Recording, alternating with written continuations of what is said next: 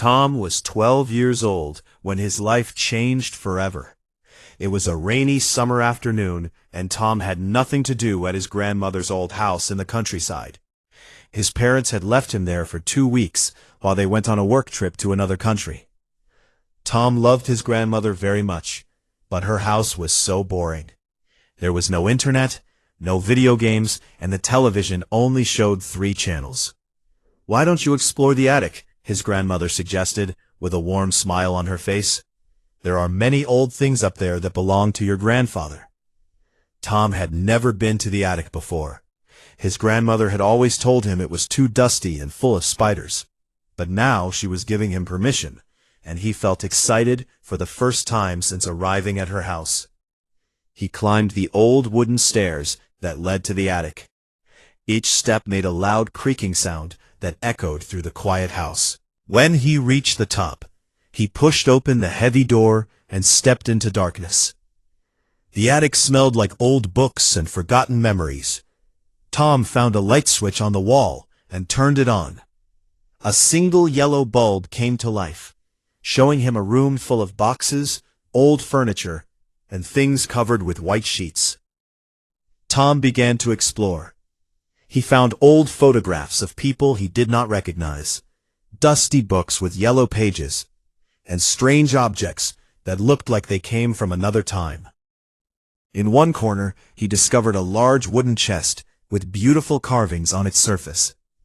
The chest showed pictures of mountains, rivers, and what looked like a hidden city underground. Tom ran his fingers over the carvings and felt something special about this chest. It was as if the chest was calling to him, asking him to open it. He tried to lift the lid, but it would not move.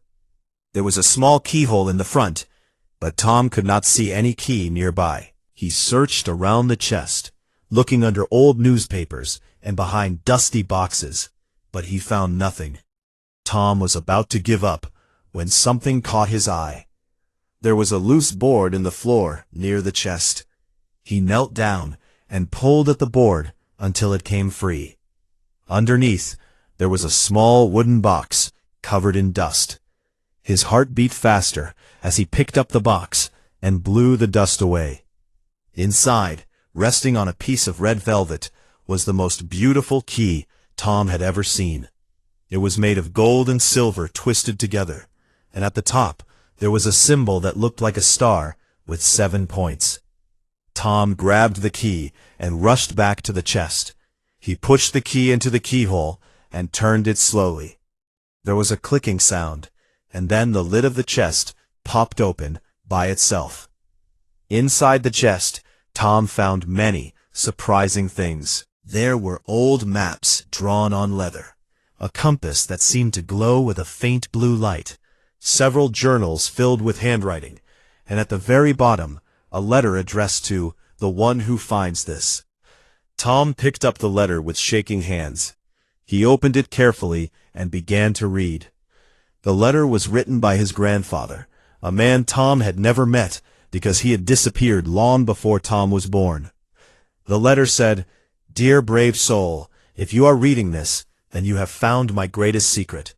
For many years I searched for a place that most people believe is only a legend. They call it the Underground Kingdom, a city hidden deep beneath the earth where people have lived for thousands of years. I found the entrance, and I went inside, but I could not stay in the world above after seeing such wonders. If you wish to find me, follow the maps and trust the compass. But be warned, the journey is dangerous, and not everyone who enters the Underground Kingdom can leave. Think carefully before you decide. With love, your grandfather William." Tom read the letter 3 times. His grandfather was alive. He was living in some underground city, waiting to be found. Tom could not believe what he was reading, but somehow he knew it was true.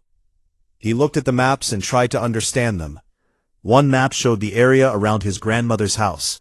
There was a red mark on a hill about 5 miles away. The compass in the chest began to glow brighter, and its needle pointed in the direction of that hill. Tom knew he should tell his grandmother about this discovery. But what if she did not believe him? What if she took the chest away and told her it was all just a silly story? No, Tom decided he would not say anything yet. He would go to the hill first and see if the entrance was real. He put the key around his neck, using an old leather string he found in the chest. He took the compass and the most important map and hid them under his shirt. Then he closed the chest and covered it with an old sheet so no one would notice it. When Tom came down from the attic, his grandmother was in the kitchen making dinner. She asked him if he had found anything interesting. "Just old books and photographs," Tom said, feeling bad about lying, but also too excited to tell the truth. That night, Tom could not sleep. He lay in his bed, staring at the ceiling and thinking about the underground kingdom. Was it real? Was his grandfather really there? Could Tom find the entrance and go inside? He made a decision. Tomorrow, when his grandmother took her afternoon nap, he would leave the house and walk to the hill. He would find the entrance and see for himself if the letter was telling the truth. The rain had stopped, and through his window, Tom could see the stars shining in the dark sky. One star seemed brighter than the others, and it had 7 points, just like the symbol on the key. Tom took this as a sign that he was meant to go on this adventure. He finally closed his eyes and fell asleep, dreaming of underground cities, glowing caves, and a grandfather he had never known but was about to meet. Little did Tom know that this was only the beginning of the most incredible journey of his life. The next morning, Tom woke up early and looked out his window at the green hills in the distance. The sun was shining, and the world looked fresh and clean after the rain. Today was the day he would find the entrance to the underground kingdom. He ate breakfast quickly, trying not to look too excited. His grandmother noticed that he seemed different, but said nothing. She just smiled and poured him more orange juice. "I think I'll take a walk today," Tom said, trying to sound casual. "I want to explore the countryside." His grandmother nodded and told him to be careful. She reminded him to stay away from the old mine on the other side of the valley, and to come back before dark. Tom promised he would, and gave her a big hug before leaving. As soon as he was outside, Tom pulled out the compass from under his shirt. The needle was glowing blue and pointing toward the hill marked on the map. Tom took a deep breath and started walking. The path took him through meadows filled with wildflowers and past streams with clear water. He saw rabbits running through the grass and birds singing in the trees. Everything seemed magical, as if nature itself knew that Tom was on an important mission. After walking for about an hour, Tom reached the bottom of the hill. It was steeper than it looked from his grandmother's house. The compass needle was glowing brighter now, telling him he was getting close. Tom climbed the hill, grabbing onto rocks and bushes to help himself up. His legs were tired, and his breathing became heavy, but he did not stop. He had to find the entrance. He had to know if his grandfather's letter was true. When he reached the top of the hill, Tom looked around in confusion. There was nothing there except grass, rocks, and a few old trees. He checked the map again and looked at the compass. According to both, the entrance should be right where he was standing. Tom walked in circles, searching for anything unusual. He pushed aside bushes and looked behind every rock, but he found nothing. Was this all just a trick? Was his grandfather's letter just a fantasy? Just when Tom was about to give up, the key around his neck began to feel warm. He pulled it out from under his shirt and saw that it was glowing with the same blue light as the compass. The key seemed to be pulling him toward one of the old trees. Tom walked to the tree and examined it carefully. It looked like an ordinary oak tree, very old and very large. But when Tom walked around to the other side, he saw something that made his heart jump. There was a door carved into the trunk of the tree. It was so well hidden that no one would ever notice it unless they were looking for it. The door was made of the same wood as the tree, and it had the same 7-pointed star symbol that was on the key. Tom placed his hand on the door and felt it vibrating slightly. He took the key from around his neck and looked for a keyhole. At first he could not see one, but then the key began to glow brighter and pointed to a spot on the door. A keyhole appeared as if by magic. With trembling hands, Tom pushed the key into the keyhole and turned it. There was a loud clicking sound, and the door swung open. Behind it was not the inside of a tree, but a long tunnel lit by glowing crystals in the walls. Tom stepped inside, and the door closed behind him with a soft thump. For a moment, he felt scared. What if he could not get back out? What if the door was locked forever? But then he remembered his grandfather's letter. William had gone through this same door many years ago. If his grandfather could do it, so could Tom. The tunnel went down at a gentle slope, taking Tom deeper and deeper into the earth. The glowing crystals provided enough light to see, and the air was surprisingly fresh and clean. Tom could hear the sound of water dripping somewhere in the distance. He walked for what felt like hours. The tunnel twisted and turned, and sometimes Tom had to crawl through narrow passages. But he kept going, following the glow of his compass, which never stopped pointing forward. Finally, the tunnel opened into a large cave. Tom stopped and stared at what he saw. The cave was enormous, bigger than any building he had ever seen, and in the center of the cave was a lake, with water so blue it seemed to glow. But that was not the most amazing thing. On the other side of the lake, built into the walls of the cave, was a city. There were buildings carved from stone, with windows that flickered with light. There were bridges connecting different levels of the city, and Tom could see people moving around. The underground kingdom was real. Tom wanted to run toward the city, but he stopped himself. He needed to be careful. He did not know if the people of this kingdom were friendly. His grandfather's letter had warned him that the journey was dangerous. He hid behind a large rock and watched the city from a distance.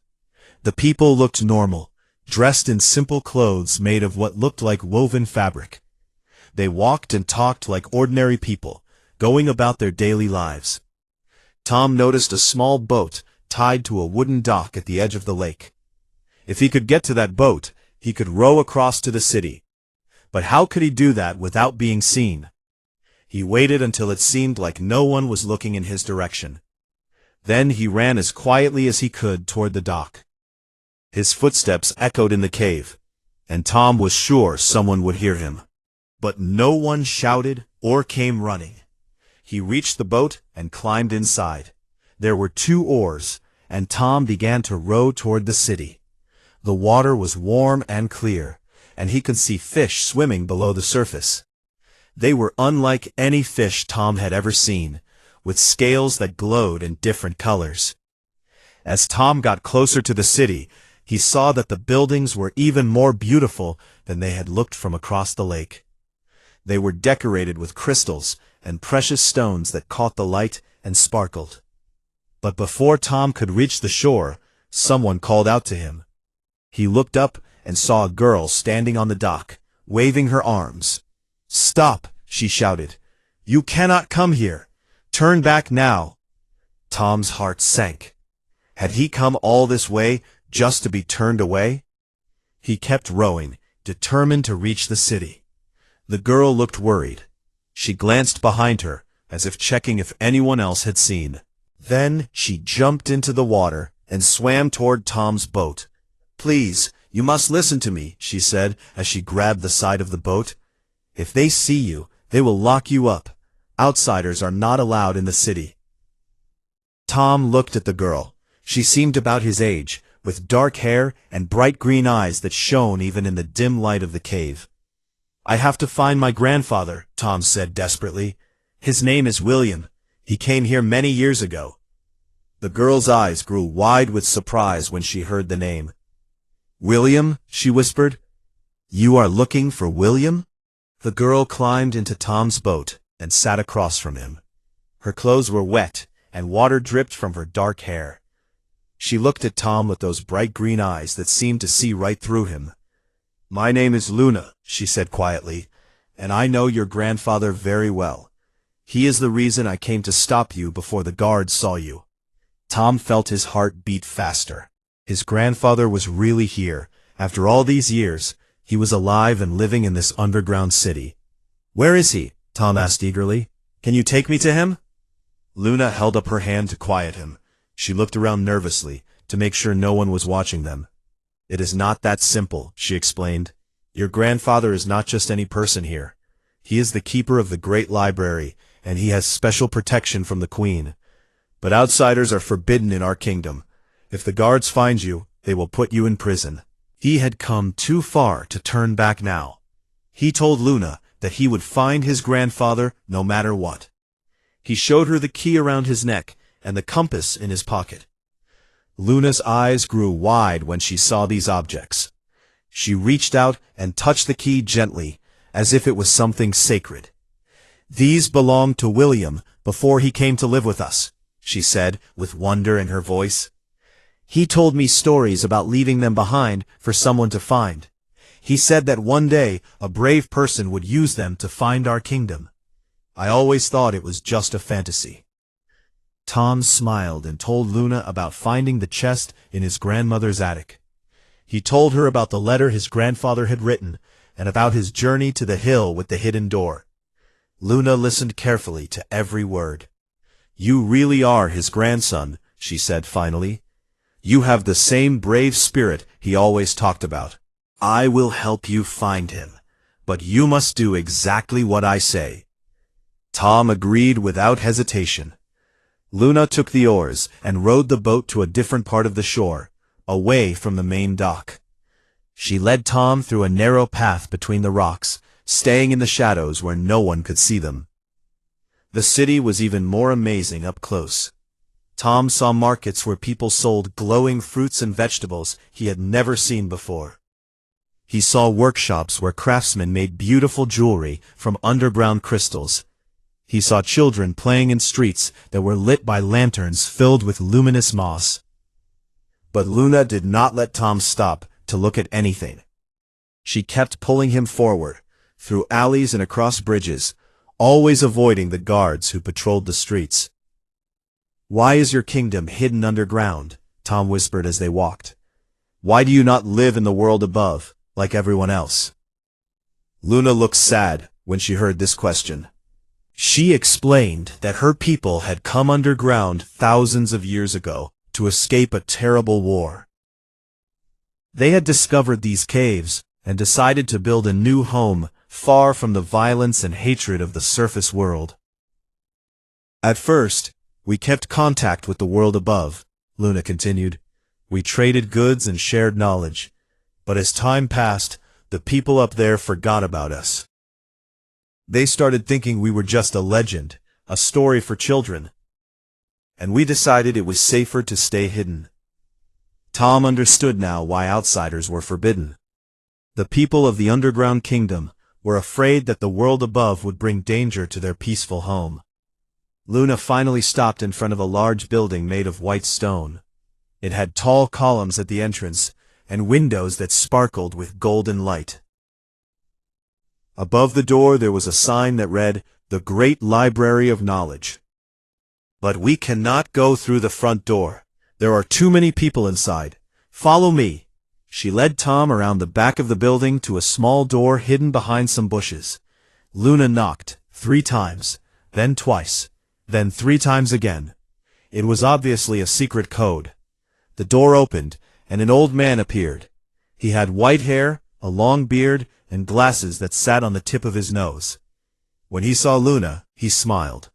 But when he saw Tom, his smile faded. "Luna, what have you done?" the old man said with worry in his voice.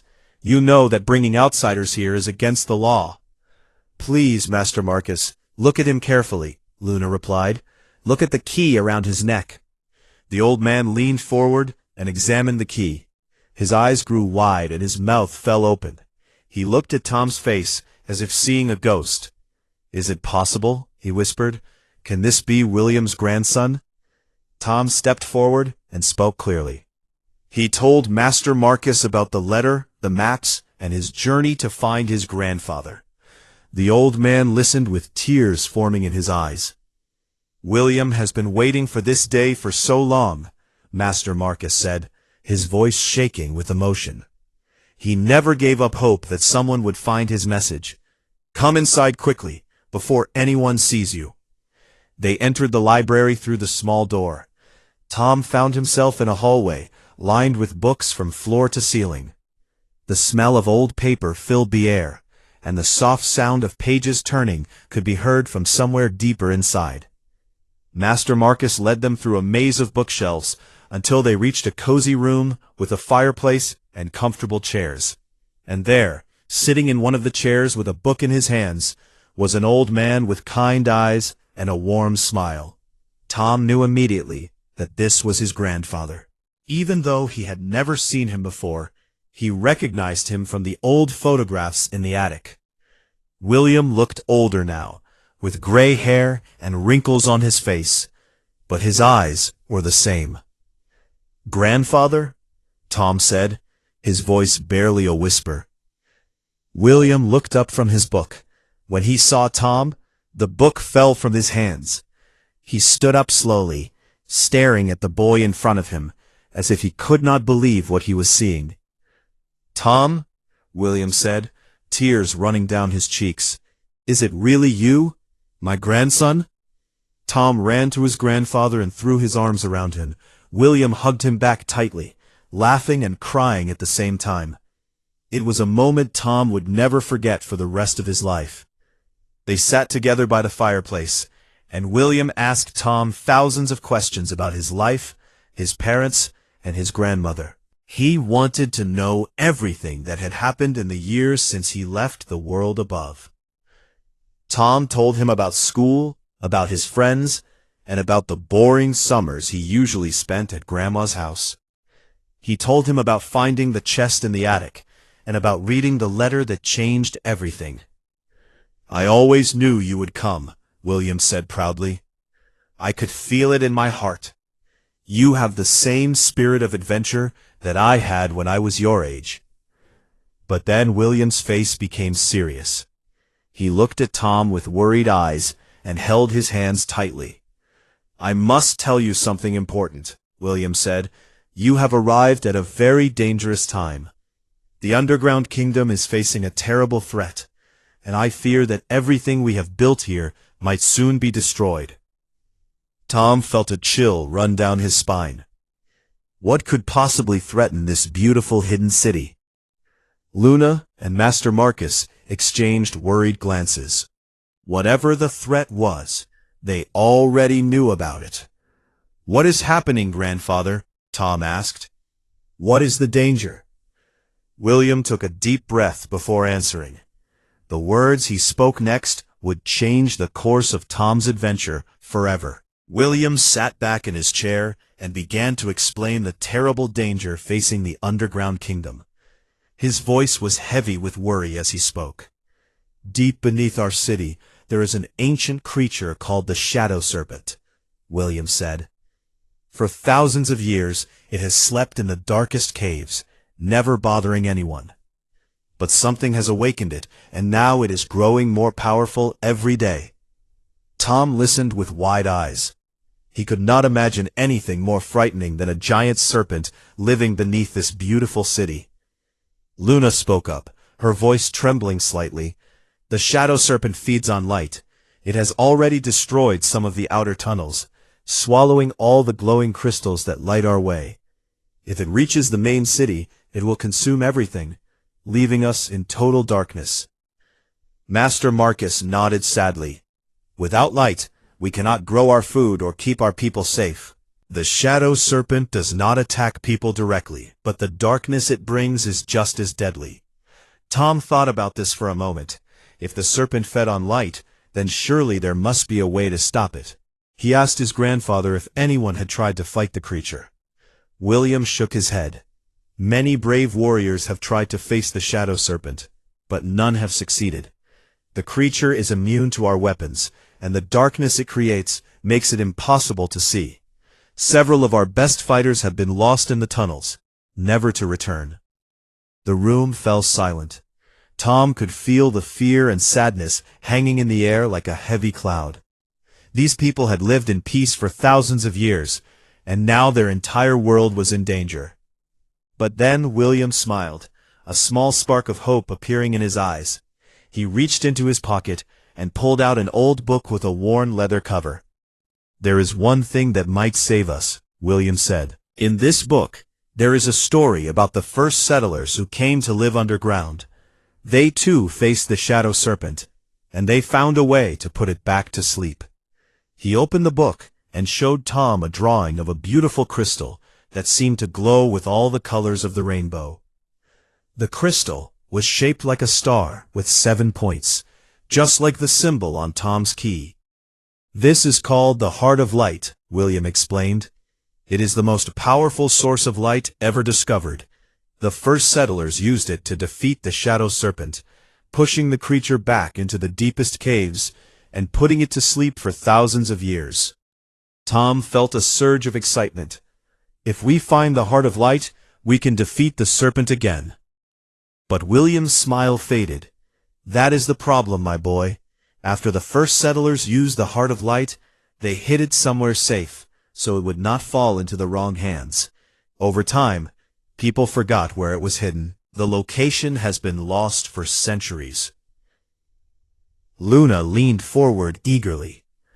"But the book must give some clues about where to find it." William nodded and turned the pages of the old book. "There are clues, but they are written in riddles. I have spent years trying to solve them, but I have failed. My eyes are old and my mind is tired. I cannot find the answer." Tom took the book from his grandfather and looked at the riddles. There were 3 of them, written in fancy letters that were difficult to read. But Tom was determined to try. The first riddle said, "Where water falls but never touches ground, where echoes sing without a sound, the first key waits to be found."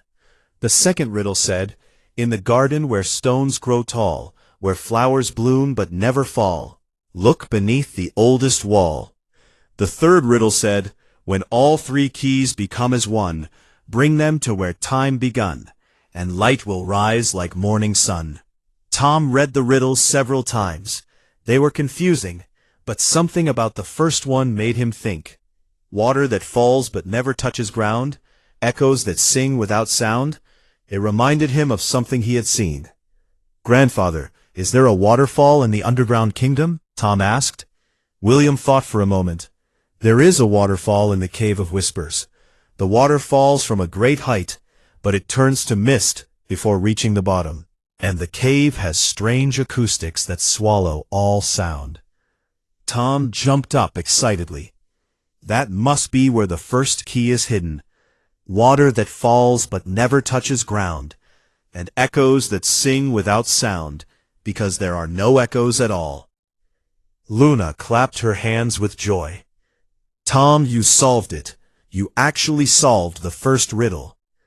William looked at his grandson with pride. In just a few minutes, Tom had figured out something that William had struggled with for years. Maybe young minds could see things that old eyes missed. Master Marcus stood up quickly. "We must go to the Cave of Whispers at once. Every day we wait, the shadow serpent grows stronger." But William held up his hand to stop them. "It is too dangerous to go now. The caves between here and the waterfall are dark and full of paths that lead nowhere. We need to prepare properly and make a plan." They spent the rest of the night planning their journey. Luna drew maps of the tunnels from memory, showing the safest routes to the Cave of Whispers. Master Marcus gathered supplies from the library's storage room, including ropes, food, and special lanterns that burned with a flame the shadow serpent could not consume. Tom noticed that his grandfather was too old and weak to make the journey. William tried to hide his sadness, but Tom could see it in his eyes. "I wish I could go with you," William said softly, "but my body is not strong enough anymore. You must find the Heart of Light without me." Tom hugged his grandfather tightly. "I will find it, I promise. I will save your home." William smiled and placed his hand on Tom's cheek. "I believe in you. You have a brave heart, just like your grandmother. She was always the strongest person I knew." Tom was surprised to hear this. He had never thought of his grandmother as brave. She seemed like a normal old lady who liked to bake cookies and knit sweaters. "Your grandmother helped me find the entrance to this kingdom," William revealed. "She knew about this place, but she chose to stay above, so that our family would always have someone in both worlds. When I decided to stay here, she understood. She knew this was where I belonged." Tom realized that his grandmother had kept this secret for so many years. She had never told anyone about the underground kingdom, not even Tom's parents. She had protected this place just as much as the people who lived here. As the sun rose in the world above, something Tom could not see from underground, the group gathered at the back door of the library. Luna and Tom would make the journey to the Cave of Whispers together, while Master Marcus stayed behind to watch over William. "Be careful," William said, as he hugged Tom one last time.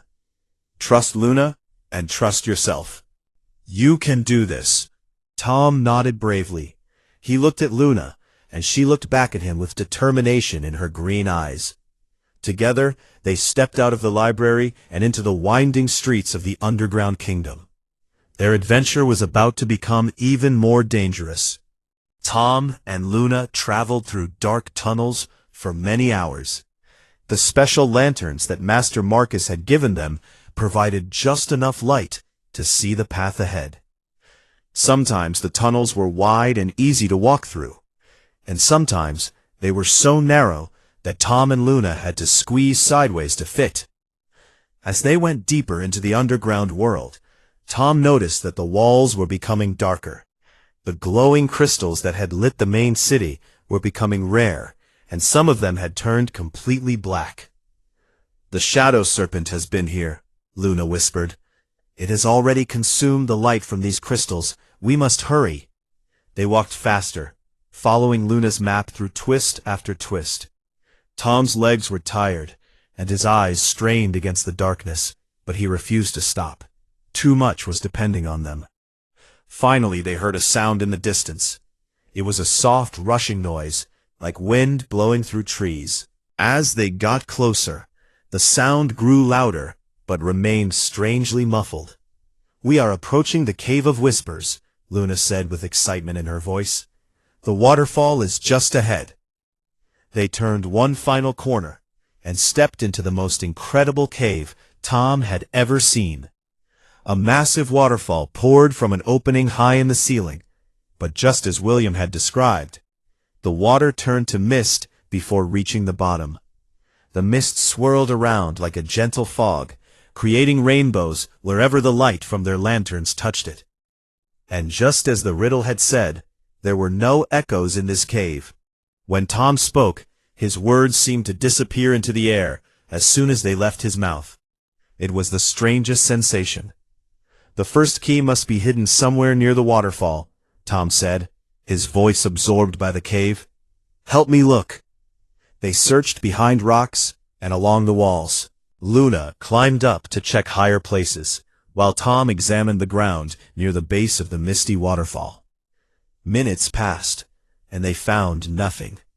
Tom was starting to feel frustrated when he noticed something strange. His key, the one he had found in his grandmother's attic, was glowing again. It was pointing toward a spot behind the waterfall. "Luna, I think I know where to look," Tom shouted, though his shout came out as barely a whisper in this silent cave. He walked through the mist, getting completely wet, until he reached the wall behind the waterfall. There, hidden in a small opening in the rock, was a golden key shaped like a drop of water. Tom grabbed it and held it up triumphantly. "The first key!" Luna cheered, hugging Tom with joy. But they had no time to celebrate. They still had 2 more keys to find. Tom remembered the second riddle. "In the garden where stones grow tall, where flowers bloom but never fall, look beneath the oldest wall." Luna knew exactly where to go. She told Tom about a place called the Crystal Garden, where formations of stone grew up from the ground like flowers. Some of these formations were thousands of years old and never changed or fell apart. They traveled through more tunnels until they reached the Crystal Garden. It was breathtakingly beautiful. Stone formations of every color grew from the floor and hung from the ceiling. They sparkled like diamonds in the lantern light. Tom found the oldest wall at the far end of the garden. It was covered in ancient carvings that told the story of the first settlers. At the bottom of the wall, half buried in the ground, was the second key. This one was shaped like a flower with crystal petals. 2 keys found, 1 more to go, Tom said, feeling more confident with each discovery. But where was the third key? The riddle had said, when all 3 keys become as one, bring them to where time begun, and light will rise like morning sun. Luna suddenly understood. The place where time begun must be the first cave. It is the cave where our ancestors first arrived thousands of years ago. There is a monument there that marks the exact spot. They ran through the tunnels as fast as they could. Luna knew a shortcut that would get them there quickly. But as they traveled, Tom noticed something terrifying. The darkness behind them seemed to be moving, growing closer. "The shadow serpent," Luna screamed. "It knows what we are doing. It is coming to stop us." Tom looked back and saw 2 glowing red eyes in the darkness. They were enormous, bigger than Tom's entire body. A horrible hissing sound filled the tunnel, and cold air rushed past them. "Run!" Tom yelled. They sprinted through the tunnels, not daring to look back. The creature was getting closer, and the light from their lanterns was growing dimmer. The shadow serpent was consuming the light around them. Just when Tom thought they would be swallowed by darkness, they burst into a large cave. In the center stood a tall stone monument covered in glowing symbols. This was the first cave. Tom ran to the monument and saw 3 holes in the stone, each one shaped differently. One was shaped like a water drop, one like a flower, and one like a star.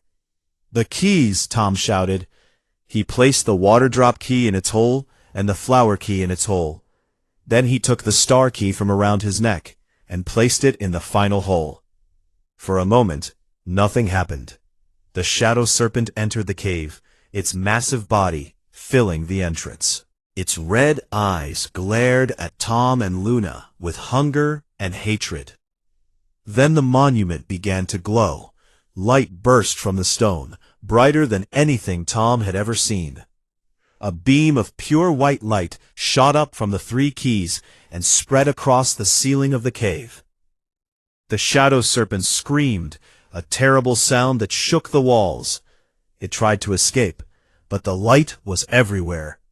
The creature twisted and thrashed as the brightness pushed it back into the depths of the earth. Within moments, the shadow serpent was gone, driven back to its sleeping place deep below. The light from the monument settled into a gentle glow, and Tom saw that the 3 keys had merged together into one beautiful crystal, the heart of light. Tom picked up the crystal carefully. It was warm in his hands and glowed with all the colors of the rainbow. The underground kingdom was saved. When Tom and Luna returned to the city, they were welcomed as heroes. The queen herself came to thank them and declared that Tom would always be welcome in the underground kingdom. Tom spent one more wonderful week with his grandfather, learning about the history of the hidden city and hearing stories of adventure and magic. But eventually, he knew he had to return home. William gave Tom a tight hug. "You can come back any time," he said. "The door will always open for you." Tom climbed back through the tunnels and emerged from the tree on the hill. He walked home to his grandmother's house, where she was waiting for him with a knowing smile. "You found Jim, did you not?" she asked gently. Tom nodded, tears in his eyes. "He is happy there, Grandma. He is where he belongs." She hugged Tom close. "And now you know the secret of our family. One day you will choose which world you want to call home. But for now, You belong here with us." Tom looked out the window at the green hills, knowing that beneath them lay an entire kingdom of wonder and magic.